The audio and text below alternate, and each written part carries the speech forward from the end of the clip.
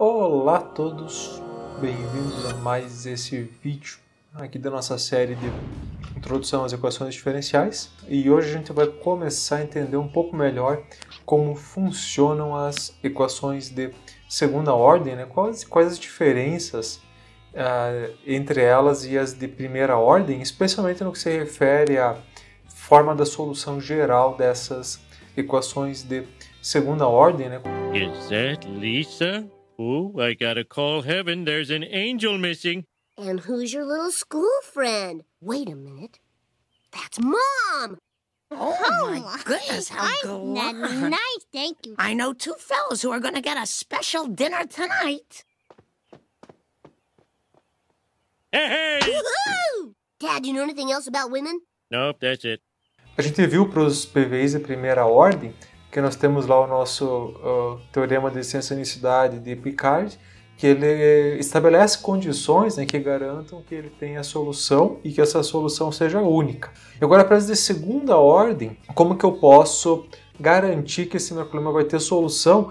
E uma questão ainda mais delicada aqui é: como eu posso garantir que essa solução que eu obtive é de fato a solução geral do meu problema? Ou seja, que ela engloba todas as possíveis soluções da minha equação. Então, nesse vídeo, nós vamos avaliar essa questão da existência e unicidade para PVIs de segunda ordem. Definir aqui um princípio muito útil, que é básico aqui de equações diferenciais de segunda ordem, que é o princípio da superposição. E vamos obter aqui a solução geral de DOs de segunda ordem, ou seja, a gente vai definir critérios que permitam que eu estabeleça aqui uma solução que eu tenha e englobe todas as possíveis soluções da minha equação diferencial. Por que isso é importante? Então, já vou colocar essa pergunta aqui. Como que eu posso saber se a função y de t aqui, seja lá que eu esteja trabalhando, que satisfaz a equação diferencial de segunda ordem, engloba todas as possíveis soluções dessa minha equação diferencial? Deixa eu ilustrar o porquê que isso pode ser um problema com esse exemplo aqui. Imagina que eu tenho aqui então esse DO bem simples aqui, derivada de segunda em relação a t, igual à própria função y. Bom, se eu pensar um pouco, né, uma função que eu derivo duas vezes é igual à própria função exponencial. Né? Exponencial vem de cara aqui na cabeça. Se eu colocar e na t aqui, eu posso derivar e na t quantas vezes eu quiser, continua sendo e na t. Então, claramente, a função e na t é uma solução dessa minha equação diferencial aqui. Mas eu também posso pensar que se eu multiplicar esse e na t por uma constante, né, a constante passa para fora da derivada, né, então ficaria a mesma coisa aqui, 2e na t aqui, por exemplo, igual a 2e na t aqui. Beleza, está satisfazendo a minha equação diferencial também. Bom, e vocês podem dizer, ok, né, eu sei que assim como no caso das de primeira ordem, que eu tinha lá a solução exponencial, se eu multiplicar por uma constante arbitrária qualquer, continua sendo solução. Então aqui também, né? Se eu multiplicar por uma constante, também é solução. Mas, se eu pensar mais um pouco, eu posso ver que e na menos t também é solução dessa equação diferencial. Porque se eu derivar e na menos t duas vezes, né? Derivando uma vez fica menos e na menos t, derivando duas vezes fica mais e na menos t. Então e na menos t também é a solução da minha equação diferencial. E claramente eu não consigo, né, obter e na menos t multiplicando e na mais t por uma constante. Então veja que aqui eu tenho pelo menos duas funções que são bem diferentes, né? Na verdade uma está aumentando, uma está diminuindo, elas têm um comportamento bem distintos e as duas satisfazem a minha equação diferencial. Então qual que é a solução geral aqui do meu problema? Qual que é a função que vai englobar todas as possíveis soluções da minha equação? E mais importante, será que alguma dessas soluções permitiria que eu conseguisse satisfazer condições iniciais especificadas também? Então imagina que além dessa equação eu tenha duas condições iniciais especificadas. Qual função, qual solução que permita que eu satisfaça tanto a EDO quanto as duas condições iniciais associadas? Então veja que aqui é um pouquinho mais complicado que para as EDOs de primeira ordem, porque eu posso ter soluções aqui distintas, né? Eu posso ter mais de uma função distinta que satisfaz a minha equação diferencial e que ela não é uma combinação linear uma da outra. E para resolver esse problema, Aqui a gente vai ter que juntar informações de lados diferentes, aqui usar alguns teoremas distintos e meio que montar um quebra-cabeça aqui para a gente conseguir no final juntar todas essas informações e chegar na resposta dessa pergunta aqui. Okay, you've got questions. Yeah, where are we going? Crime scene, next. Who are you? What do you do? What do you think? I'd say private detective, But but the police don't go to private detectives. I'm a consulting detective. E a primeira coisa, então, que a gente tem que analisar é aqui a questão da existência e unicidade para PVIs de segunda ordem. Bom, eu vou começar, a primeira coisa, vamos focar aqui em PVIs de segunda ordem lineares e homogêneos. Então veja que aqui eu já estou deixando de fora casos não lineares, que são bem mais complicados aqui, e por enquanto não vamos trabalhar com casos não homogêneos. Na verdade, que a parte da homogeneidade não é um problema sério, tá? Porque eu posso, na verdade, englobar termos não homogêneos só expandindo um pouco os nossos conceitos aqui obtidos para os homogêneos, mas a linearidade ela é um pouquinho mais complicada, a não linearidade é um pouco mais complicada de ser trabalhada aqui. Então a gente vai focar por enquanto em PVIs de segunda ordem lineares, até porque eles são bem mais comuns do que os não lineares. Está bem normal os sistemas, né, que envolvam EDOs de segunda ordem eles serem lineares. Então um PVI de segunda ordem linear e homogêneo eu posso sempre escrever ele nesse formato aqui. Eu vou ter uma função de t aqui multiplicando a derivada primeira, outra função de t multiplicando a função y, né? Se eu tivesse alguma coisa aqui, passaria dividindo e agrupando aqui nessas duas, e como é homogênea, então é igual a zero. E lembrando, né, para ela ser linear, esses termos aqui que multiplicam a derivada e a função não podem ser função de y, né? Eles têm que ser função só da independente t. E as duas condições iniciais especificadas, a variável conhecida num ponto t0 qualquer e a derivada primeira dela nesse ponto t0 também. Beleza, o que a teorema de existência de unicidade para PVIs de segunda ordem vai dizer para mim? Considere então que essas duas funções p e q aqui que eu tenho, elas sejam contínuas num intervalo aqui t variando de alfa a beta, contendo t0. Então, elas são contínuas num intervalo que engloba a minha função, o meu ponto t0. Se isso for verdade, existe somente uma solução que satisfaz a EDO e as condições iniciais nesse intervalo. Então, essa condição de continuidade da P e da Q, ela já implica para mim que existe somente uma solução. Então, ela garante ao mesmo tempo existência e unicidade da minha solução para o PVI. Lembrando, né, que eu estou falando do PVI, então é tanto a EDO quanto as duas condições iniciais associadas nesse intervalo. E além disso, né, eu posso ainda mostrar que essa solução ela vai ser válida, ela existe em todo esse intervalo onde as minhas funções forem contínuas, ou seja, eu posso aplicar, né, a minha solução em todo esse intervalo, não vai ter nenhuma descontinuidade, alguma coisa assim lá no meio. Muito bom, bem simples, né? Esse teorema aqui ele é muito... Não vou provar aqui ele também, tá? Mas ele traz uma informação muito útil para a gente, que é o seguinte. Se eu tiver um PVI linear homogêneo e eu encontrar uma solução para ele que satisfaça a EDO e as condições iniciais, ela é única. Então não vai ter outra solução envolvida no meu sistema. Então essa é a primeira peça do nosso quebra-cabeça aqui. Se eu encontrar uma solução, eu encontrei todas. Got anything? Not much. She's German. Rache. German for revenge. She could be trying to tell us Yes, something. thank you for your input.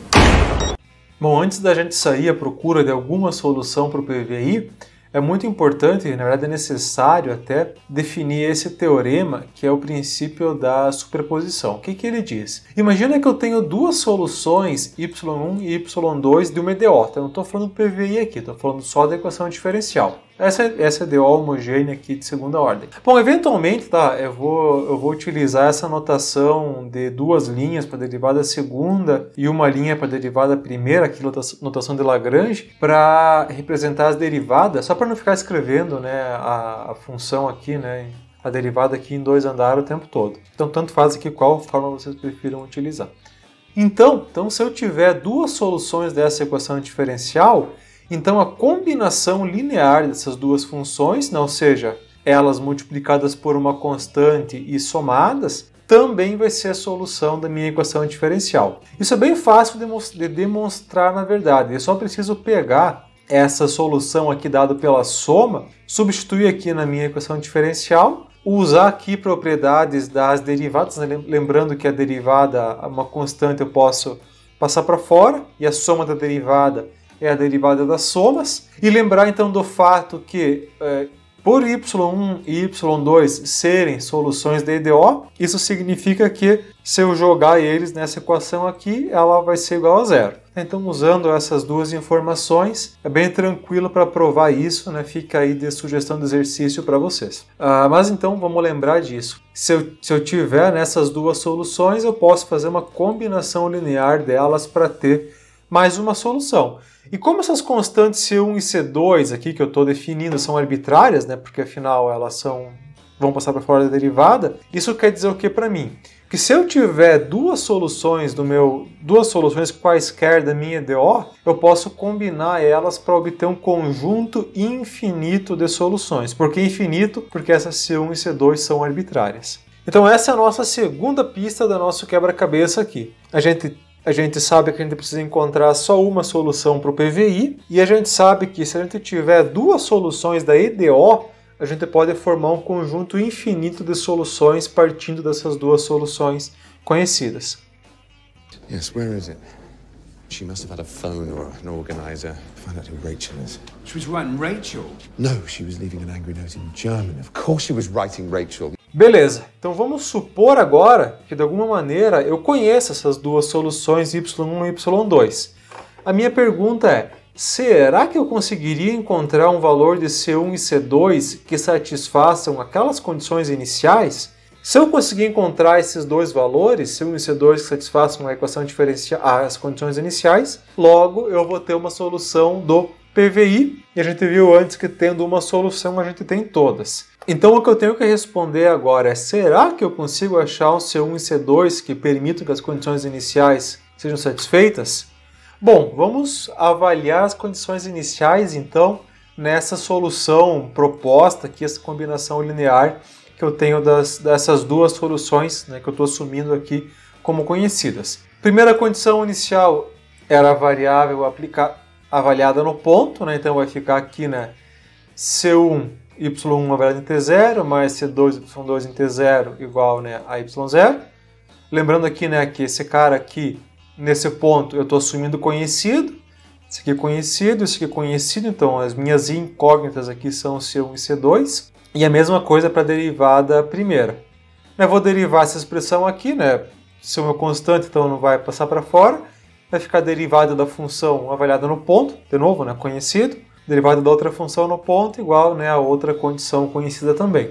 Agora eu gerei então um sistema linear, onde tenho essas duas incógnitas C1 e C2, né, duas equações lineares, então eu posso resolver ele também. Sistema linear, sempre conveniente escrever ele na forma matricial, então eu vou reescrever ele nesse formato aqui, lembrando, né, que essa matriz aqui são valores conhecidos, então vai ficar, né, aqui a multiplicação linha aqui com a coluna, né, a primeira equação, segunda equação. Ou se eu preferir ainda, né, vou chamar essa matriz aqui de uma matriz A. Esse vetor aqui, então, o vetor C, é igual a esse vetor Y aqui. Lembrando, então, lá da álgebra linear, que para que um sistema linear tenha solução única, o determinante da matriz deve ser diferente de zero. Então, a condição que garanta que eu tenha solução para esse problema aqui é que o determinante da minha matriz A tem que ser diferente de zero. Veja que essa matriz A ela é formada pelas funções, né, na primeira linha e a derivada primeira dela na segunda linha. Essa matriz, esse determinante, ele tem um nome particular que ele é chamado de Wronskiano das duas funções. Então ele é um operador aqui que aparece com bastante frequência e ele é definido dessa forma. Eu vou ter na primeira linha a função, na segunda linha a derivada primeira. Se eu tivesse três funções, eu teria então uma terceira linha aqui com a derivada segunda. Se tivesse quatro, né, uma quarta linha com a derivada terceira. E assim por diante para formar uma matriz quadrada, né, para poder calcular o determinante. Tá? Então ele é só um nome aqui que é dado para esse determinante em particular. Então, avaliando ele aqui, né, lembrando o determinante, né, calculo essa diagonal aqui menos a outra diagonal aqui. Então, eu chego nessa expressão final aqui, onde, de novo, né, todo mundo aqui é constante, eu estou assumindo aqui conhecida. Uma observação aqui que vale a pena comentar, que esse operador wronskiano ele é utilizado para definir se duas funções são linearmente independentes num intervalo. Então, se ele for diferente de zero, num dado intervalo aqui qualquer, isso implica que as duas funções são LI nesse intervalo. O que é ela ser linearmente independente? Quer dizer que eu não posso escrever uma como a combinação linear da outra. Então, o critério, né, que define isso é o wronskiano delas ser diferente de zero. Bastante útil esse operador para definir a dependência linear das minhas funções. Brilliant! Yes! 4 serial suicides and now a note. It's Christmas. Muito bom, então eu tenho agora uma terceira informação aqui para o meu quebra-cabeça, que é o seguinte: se eu conhecer duas soluções da minha equação diferencial e essas duas soluções tiverem um wronskiano diferente de zero, quer dizer que elas permitam com que eu consiga encontrar C1 e C2 que satisfaçam a minha equação, as minhas condições iniciais. Então, problema resolvido. Bom, e juntando essas informações aqui, eu posso definir uma coisa muito útil aqui, que é o chamado conjunto fundamental de soluções da equação diferencial. O que é isso? Então, suponha de novo que eu tenha duas soluções da equação diferencial e que o wronskiano delas não se anula no ponto t igual a t0, onde eu especifico as minhas condições iniciais, tá? Então, beleza. O que eu estou dizendo aqui, basicamente? Que eu tenho duas soluções linearmente independentes num ponto onde eu aplico a condição inicial.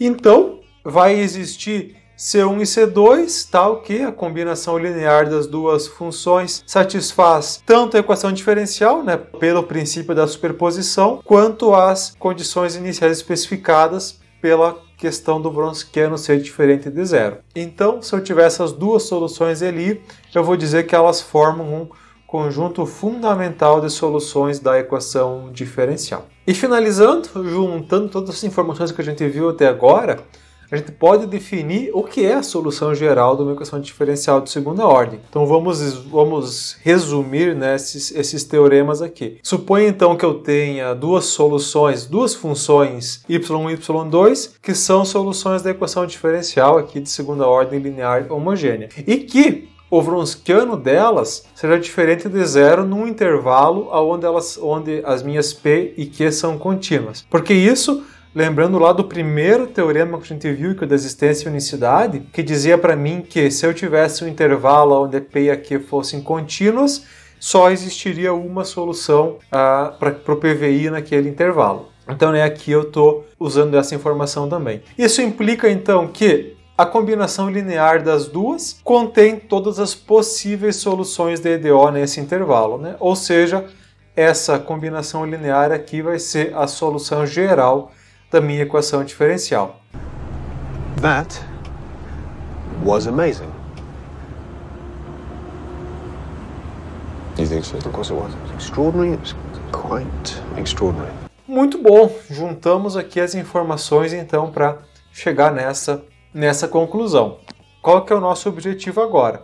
Nós temos que encontrar essas y1 e y2 que permitam com que isso seja satisfeito. Então, quando eu penso num PVI de segunda ordem aqui, o que a gente vai ter que pensar agora é, eu tenho que encontrar duas soluções que sejam linearmente independentes entre si, de modo que a combinação linear entre elas vai gerar a solução geral, ou seja, vai englobar todas as possíveis soluções da minha equação diferencial. Vejo que é uma abordagem bem distinta das de primeira ordem, onde não precisava me preocupar com isso. Agora, então, eu tenho que achar duas soluções ali e fazer a combinação linear entre elas. Bom, nos próximos vídeos a gente vai ver como a gente pode, de formas diversas, encontrar essas soluções y1 e y2. Aqui vão ter diferentes métodos, né, que permitam com que eu obtenha essas duas soluções. Mas sempre guardem essa informação, essa é uma informação muito importante aqui. A gente tem que encontrar duas soluções e fazer a combinação linear delas. pelos teoremas que a gente viu nesse vídeo. Isso garante que essa combinação vai ser a solução geral do EDO e que o PVI que eu tiver associado aqui, se eu tiver duas condições iniciais, vai ter solução única. Isso aí então, pessoal, até o próximo vídeo, onde a gente vai então partir em busca das soluções Y1 e Y2. Até mais.